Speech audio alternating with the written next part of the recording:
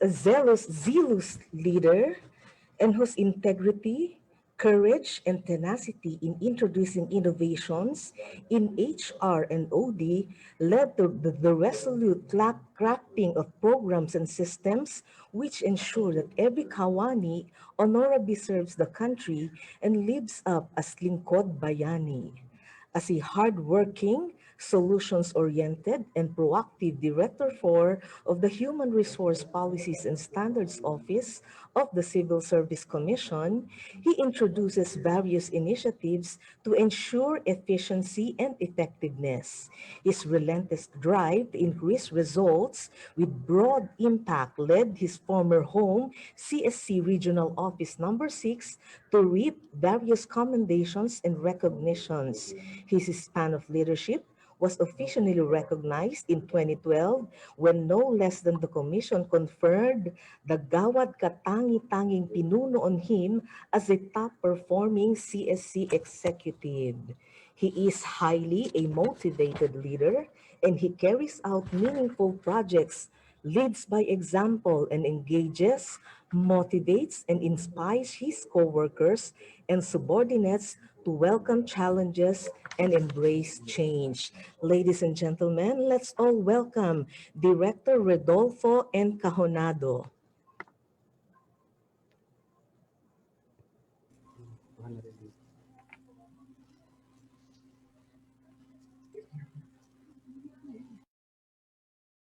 Pleasant morning to everyone. Medyo nakalak. Okay. Good morning, everyone.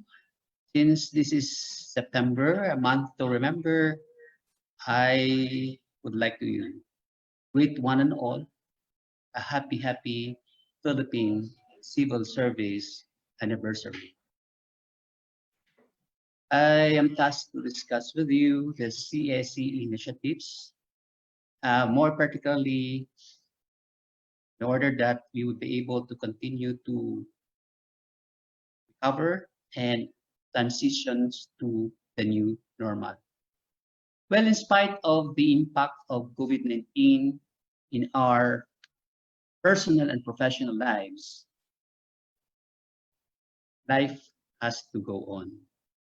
And of course, in fact, sabi nga ng UN Secretary General, COVID-19 pandemic has turned the world of work upside down.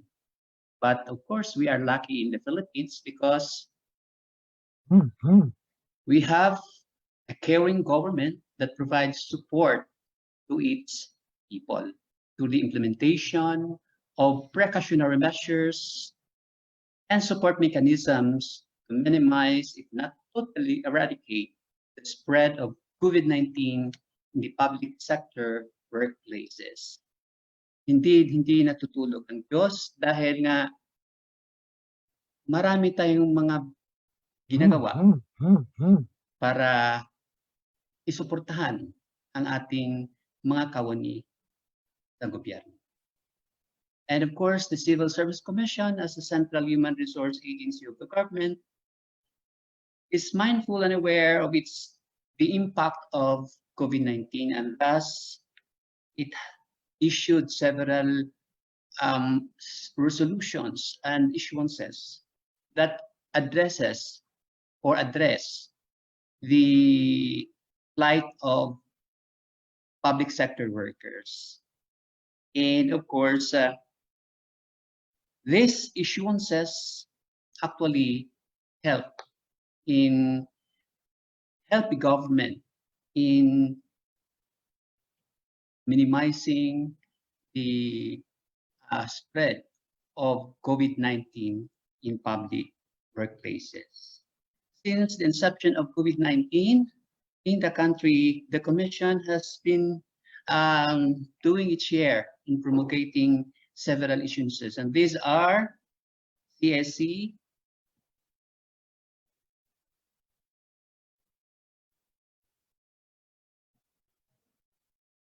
okay.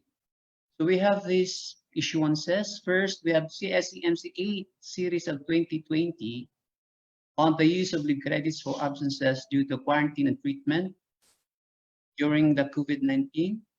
um, pandemic. The alternative work arrangement pursuant to CSCMC 10 series of 2020, amending several CSC issuances prior to the onset of the lockdown in the Philippines, more particularly in Metro Manila. Then we have CSCMC 14 on appointment processes during the quarantine period. And we have also virtual prime HRM assessment and assistance and awards, online competency-based training and development for external, internal.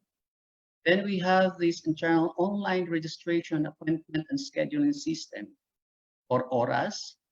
Then the extension of submission, virtual administering, and electronic filing of SALN. And then in collaboration with DOLE and DOH, Commission and the two other government agencies issued joint memorandum circular number 1 series of 2020 on the occupational safety and health. Well, it's a guideline. To begin with, we have resolution number 200522 or circularized under MC10 series of 2020.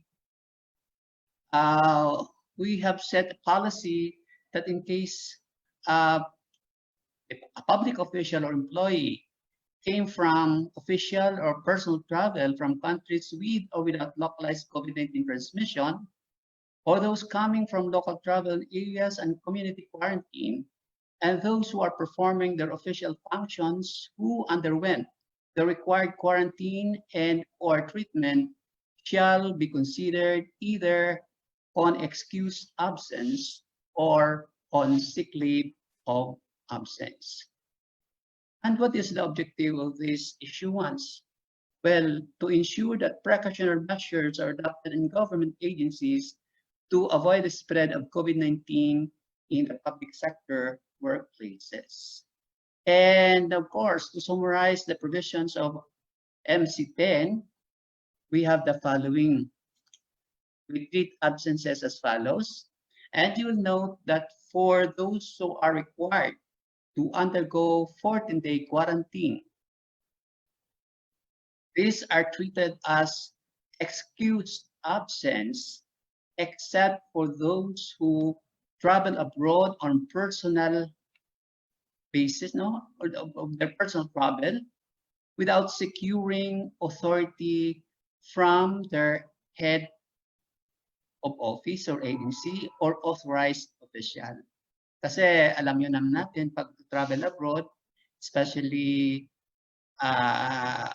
when it is in excess of 30 days, we require people to secure clearance as well as authority to travel. So parang labas nito, they will be penalized for failure to comply with the policy. Then for pre treatment, in case they are found to be infected with COVID-19, then ito na naman, take note that those who are an official or official travel local or abroad, they are considered on excused absence. For those who are traveling for personal reasons, local or abroad, this will be charged against their sick leave credits, and if not enough, it may be deducted from their vacation leave credits. Then for personal travel, in case of work suspension, then we consider it as an excused absence. While for those who travel abroad without authority, kasi work suspension, excused absence pa rin, but subject to sanction that may be imposed by the head of the agency for failure to comply with reasonable office rules and regulation. And for those who perform their job and were infected with COVID-19, they are considered on excuse and absence. I would like to emphasize that for public health personnel, our doctors, nurses, paramedics, who are performing their job in the hospitals, clinics, and infirmaries, attending COVID-19 patients, unlimited itong kanilang privilege. They are excused kahit treatment, yung kwan lang, yung sa quarantine and treatment. Parang unlimited ang binibigay natin sa kanila because they are required to be at the front line. Now, another policy that we have issued last May 7, SCMC 10 series of 2020 deals with multiple alternative work arrangement within government agencies are allowed to adopt and implement, and they may adopt or implement any or a combination of the following alternative work arrangement: work from home, skeleton or skeletal workforce, 4-day compressed work week, work shifting or flexible working hours known as staggered, and other alternative work arrangement. Of course, I have to discuss briefly what are these work arrangements for better understanding, especially yung mga bago lang. No? So work from home is a work arrangement that authorizes the worker to produce outputs or results and accomplishment outside of the office.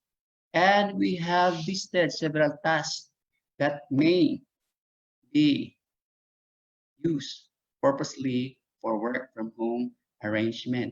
Nandyan sa ating MC10 series of 2020. And of course, the agencies are required to identify these tasks which can be used purposely for work arrangement or for work from home arrangement.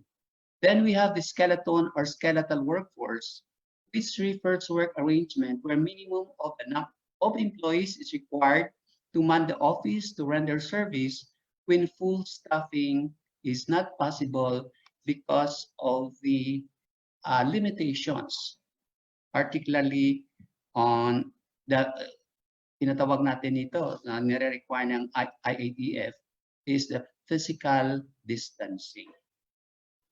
Then we have another one, the 4-day work week, which refers to work arrangement whereby the employee's work week is compressed to 4 days each week. Before the lockdown, ilan-ilan lang ang binigyan ng komisyon ng authority to observe this 4-day work week. But during the community quarantine, agencies may adapt. Then another work arrangement is the work shifting or flexible working hours. Actually, itong shifting or flexible working time ay binibigyan natin ng authority din ang agencies even prior to the lockdown. Examples of work shifting are agencies that are required under their mandate to have around the clock public service delivery, like for example, hospitals and other agencies. Mayroon rin sa mga bawat ahensya natin yung work shifting, particularly those regular natin security personnel, nag-work shifting sila. And then we have the flexible working time.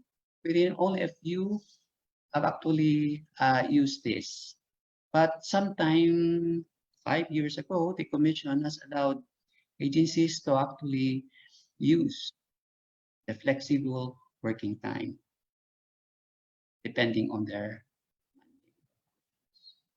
And another one, the last one, which of course involves so many work arrangement.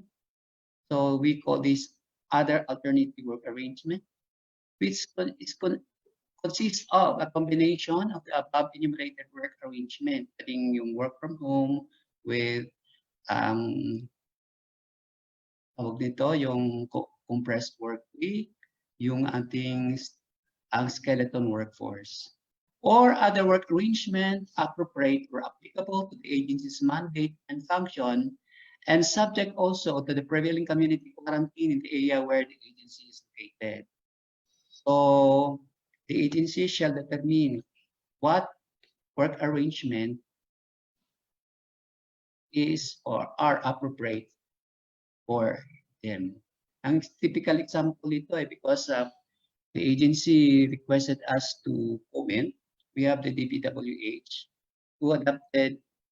which adopted the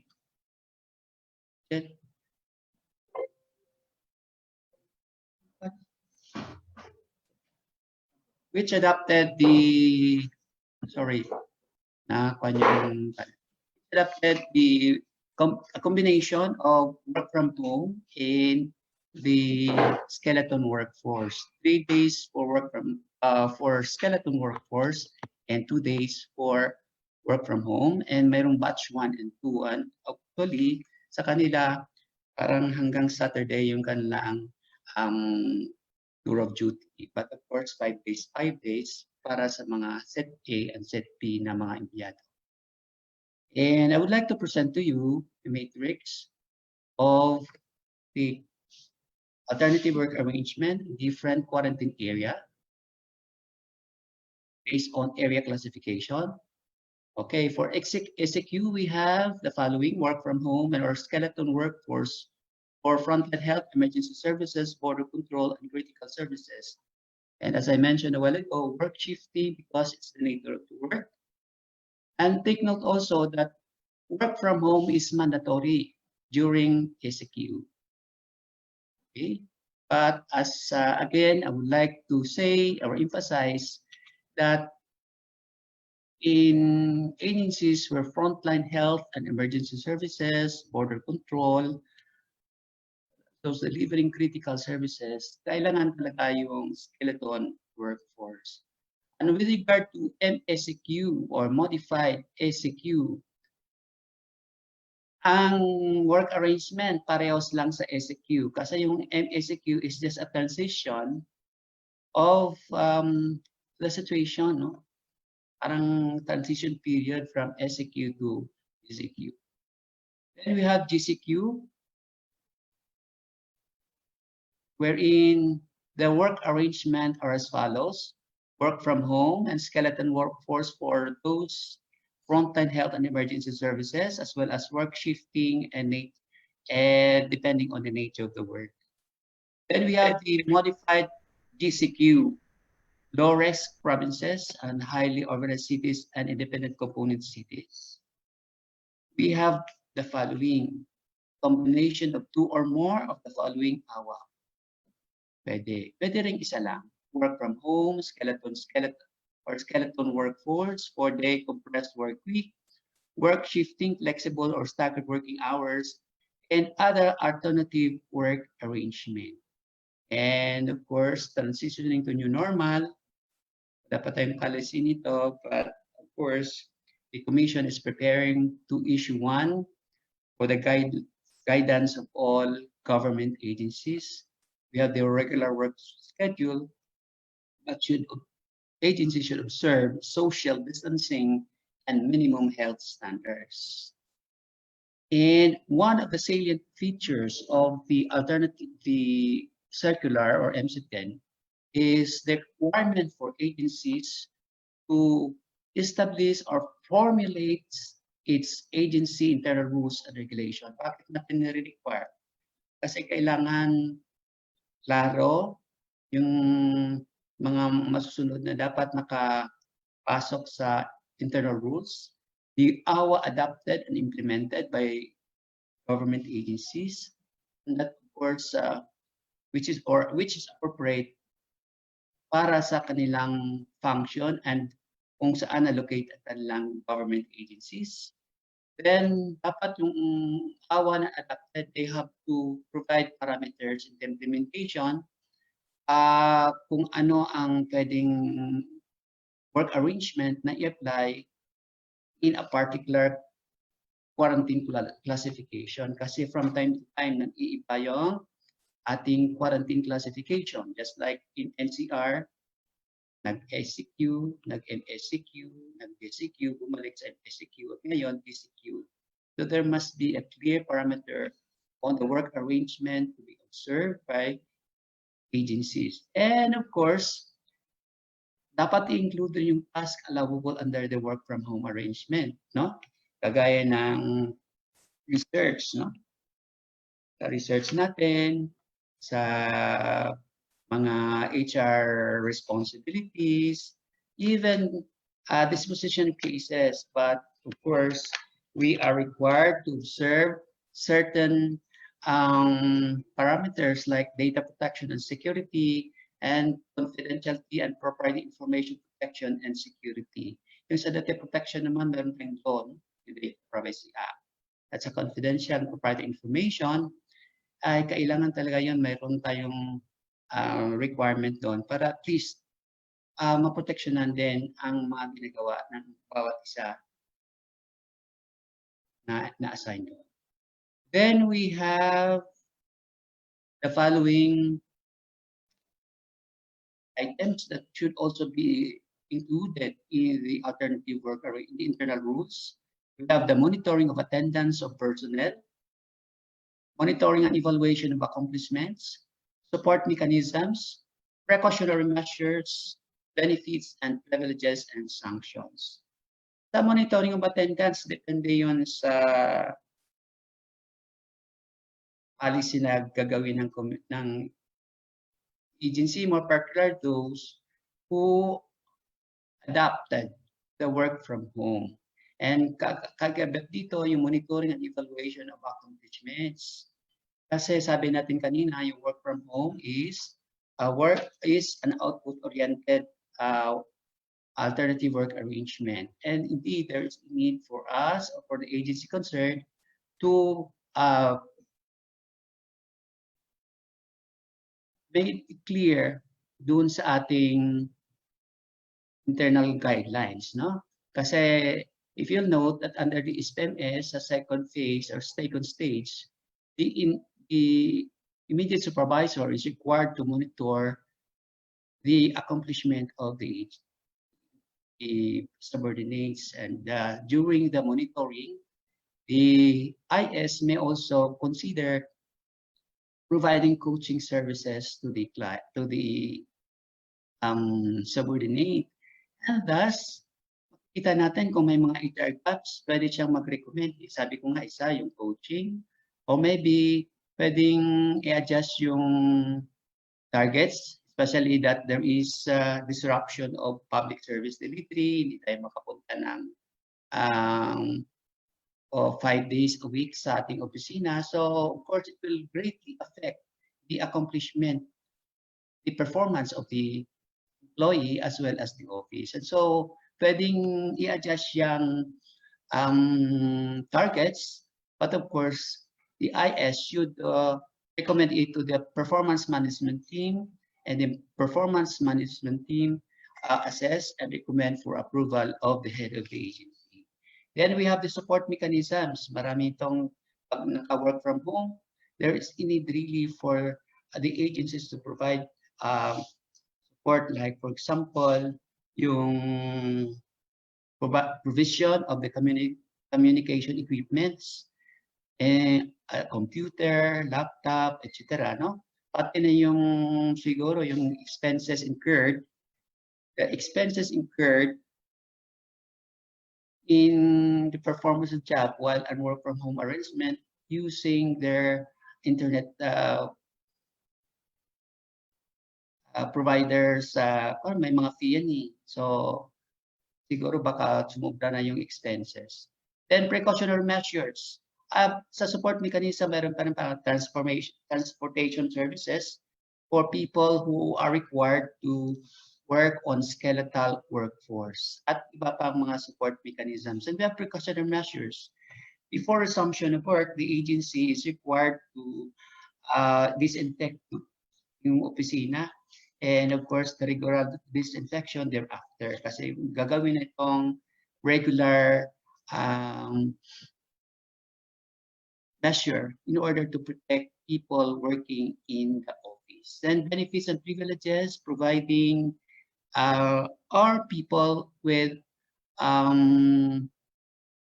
additional pay, like for example, hazard pay provided for under the Planning Act as issued by the President of the Philippines, at iba-iba pang mga privileges. Example, sa civil service, if one renders overtime services, pwede silang mabigyan ng COC or compensatory overtime credit as well as overtime pay. And it should be accord or subject to budgeting, accounting, and other budgeting rules and regulations. And for violation, mayroon tayong dapat. So, yan. And the next issuance is appointment processes and other HR action pursuant to CSC 14 series of 2014, wherein the Commission allowed government agencies to undertake online recruitment selection and placement in order to hire people so that public service delivery will not be prejudiced. So what are these processes? First, we have the recruitment and selection processes wherein sa publication, the validity of period of the published legal position is extended, but of course during the ECQ or MSCQ. So the period that the ECQ or SCQ was implemented for in an area shall not be considered. And so, yun ang extension natin. Another requirement sa publication is posting requirement na sana i-post ito sa government agency, agencies bulletin board. Sabi ng commission, pwede na basta nakapost yan sa mga website, sa agency, sa other platforms, no? Social media platforms. So relax tayo dyan. And agencies are allowed to adopt online recruitment and selection processes. So, sinasabi natin kanina, the recruitment and selection processes ng agency pwedeng i-online. Although prior to the lockdown, some of the agencies may have already practiced this. So, agencies are required to adopt internal guidelines that will allow for online recruitment and selection processes such as online competency assessment, video conferencing for interviews, and HR MPSP or the deliberation, yung ating personal selection board. And the agencies are requested to furnish the CSC, RO, and FOs a copy of the internal guidelines for records purposes. Kasi kailangan din namin yan tingnan, more particularly when there are complaints, mga processes na makitingnan natin kung follow nyo ba o hindi. So I would like to share with you the online recruitment practiced by our Office for Human Resource Management and Development, wherein they have virtual or online efforts. More particularly, they publish, no? Sa publication kanina, sabi natin yung posting, no? Then the written examination, before that pala yung sa publication, we accept the application through online submission. Then, of course, information as to whether the applicant is accepted or not. And then afterwards, those who were evaluated to have initially qualified are provided or required to take the written examination. And thereafter, there is an interview through online also. And background investigation is also conducted in PSB deliberation online. So we have this publication in the portal of DXSE. Then online written examination is done through Zoom. So walang mintis yan kasi tinitingnan talaga, nakikita yung mga examinees. And there are, of course, policies or regulations on how they take the examination. Mayroong mga policy yan. So, online test. And thereafter, pagtapos ng result, there is a behavior event interview. Of course, validating the written examination. Then we have the online HRMPSB meetings, the pre to post assessments. And yan. Another one is the use of electronic signatures on appointments. As an appointment supporting documents may be submitted through email. Well, after appointment, the employee may take their oath of office through virtual mode, no? Teleconferencing, video conferencing, and they may be allowed also to assume office through alternative work arrangement during the ECQ or within 30 days from the lifting of the ECQ or NAs. Aside from that, the memorandum circular also provides for other HR actions that can be performed to qualified and employees, officials and employees during a period of state of calamity due to COVID-19. And these other human resource actions are reassignment, detail, transfer, and designation. And take note that reassignment under the CS rules, pag walang COVID-19, hindi yan effective immediately if the concerned official employee requests for reconsideration or but during the COVID-19 pandemic period, yung reassignment shall be effective immediately, particularly for those who are involved in delivering frontline health services kasi exigency of the service so required. Then we have another one, the virtual recognition rights for prime HRM, particularly yung awards and recognition through alternative modes. Wherein at the moment, some of the agency, the regional offices have already done this, now posting at the CSA regional websites, the ABP per agency awardee, the list of agency awardee, then electronic distribution of CSA resolution conferring the Bronze Award or Certificate of Recognition, and awarding the virtual awarding and recognition rights, as well as the awarding of plaque and recognition after the prohibition on mobility. And then we have other CSA initiatives, CSA learning and development, online competency-based training and development, external and internal. External is being taken care of by CSI or leadership and management programs, while CSROs on learning and development for division chief level and below. Then internal, meron tayong pinakonduct by CSC central offices and regional offices for our people. And then we have the electronic SALN, filing, online oath taking, and electronic filing of SALN PDF. But take note, the filing was extended until August 31 for individual and for department October 31. Then we have the online registration, appointment, and scheduling systems at central offices, and this is also implemented in some regional offices. It's a web application actually, more particularly for services, for records management services. Magre-request ng mga certificate of eligibility, particularly those examination eligibilities that resulting from CSC examinations, yung mga special laws granted by the CSC, as well as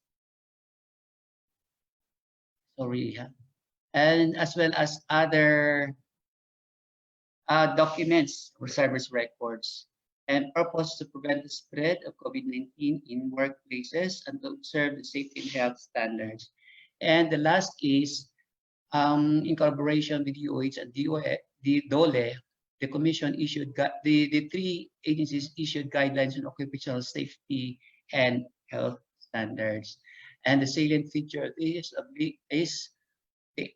that agencies are required to establish OSH program, that have to create health and safety committee and or special investigation committee, and to designate safety health officer, and of course to ensure their compliance with the occupational safety and health standards and promotion and effective implementation of the occupational safety and health standards in their workplaces. In fact, the commission in the central office, we will be conducting a committee meeting this afternoon with regard to the implementation of the occupational health or occupational standards in health. So wala na tayong time. Sorry for that. Kasi breezing through lang tayo. And last but not the least, I would like to say, we do not earn money to stay healthy. Rather, we should stay healthy, earn money, and enjoy life. So sa lahat ng mga partners natin, yung public service, stay healthy and stay safe. God bless to all of us. Yes, thank you very much, Director Encajonado.